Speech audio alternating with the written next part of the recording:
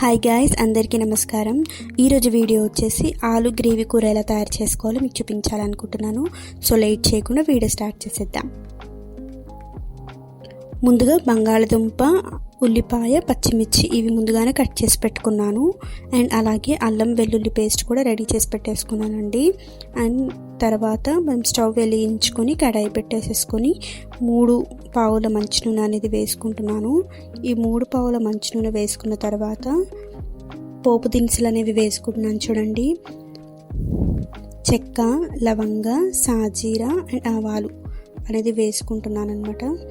ఇవి వేసుకున్న తర్వాత మనం ముందుగానే తరిగి పెట్టుకున్నటువంటి ఉల్లిపాయ ముక్కలు కూడా వేసేసుకుంటున్నాను. ఇవి వేసుకొని కొద్దిగా బ్రౌనిష్ కలర్ వచ్చేంత వరకు బాగా వేయించుకున్న తర్వాత ముందుగా తరిగి పెట్టుకున్నటువంటి పచ్చిమిర్చి కూడా వేసేసుకుంటున్నాను. పచ్చిమిర్చి వేసేసుకొని కొద్దిగా కలుపుకొని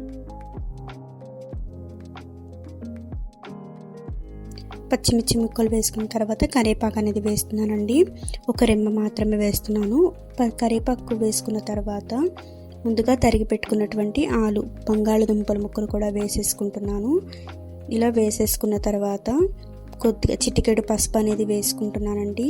చిటికెడు పసుపు వేసుకొని బాగా కలిపేసేసుకొని ఒక 2-3 మినిట్స్ మూత అనేది పెట్టుకొని తీసేయాలండి. తీసిన తర్వాత కలుపుకొని తగినంత ఉప్పు, మనం ఎంతైతే ఉప్పు తింటామో అంత తగినంత ఉప్పు అనేది వేసేసుకున్న తర్వాత అల్లం వెల్లుల్లి పేస్ట్ అనేది మనం చేసి పెట్టుకున్నాం కదా ముందుగా, ఆ అల్లం వెల్లుల్లి పేస్ట్ అనేది వేసేసుకొని బాగా కలుపుకోవాలండి.